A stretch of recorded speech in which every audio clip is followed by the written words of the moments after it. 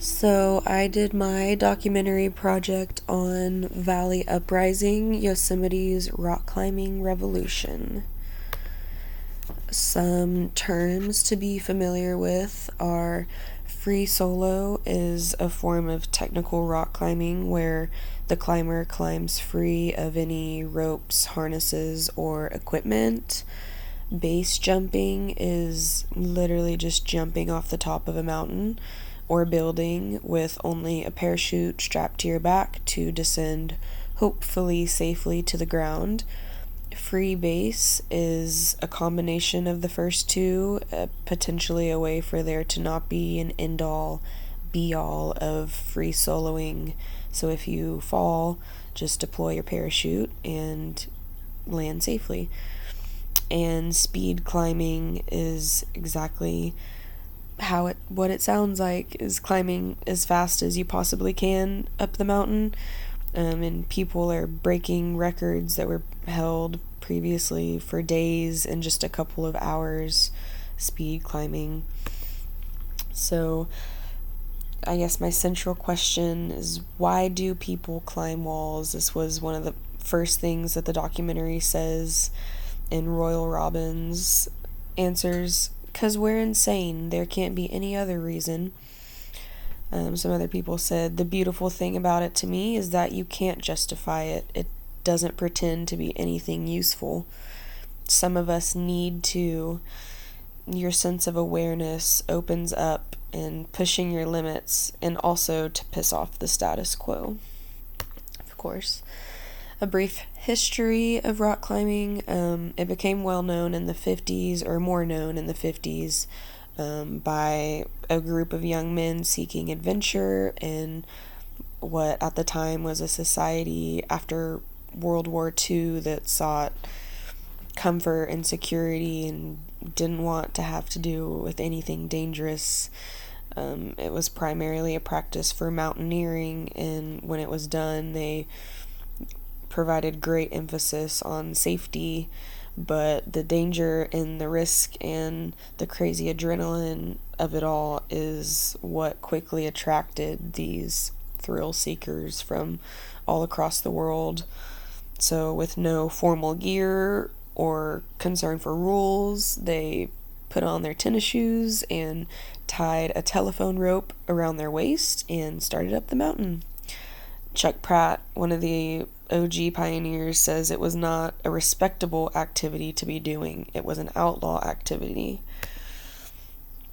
So is this responsible? Is this ethical? In short, I wouldn't necessarily consider rock climbing at this intense of a level responsible.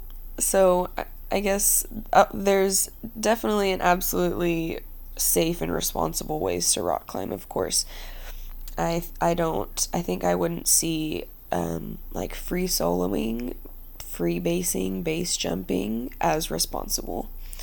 Rock climbing is one of the most dangerous sports. Is it ethical?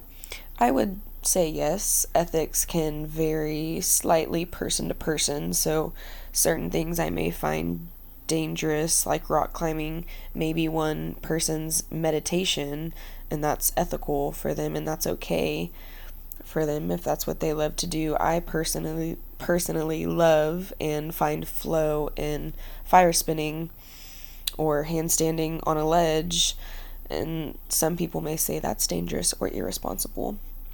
Is it ethical for me? Yes. So does this provide meaning for life? Absolutely. Probably not for me personally, though I know if you asked Warren Harding or Jim Bridwell the same question, they wouldn't hesitate to answer with a strong yes.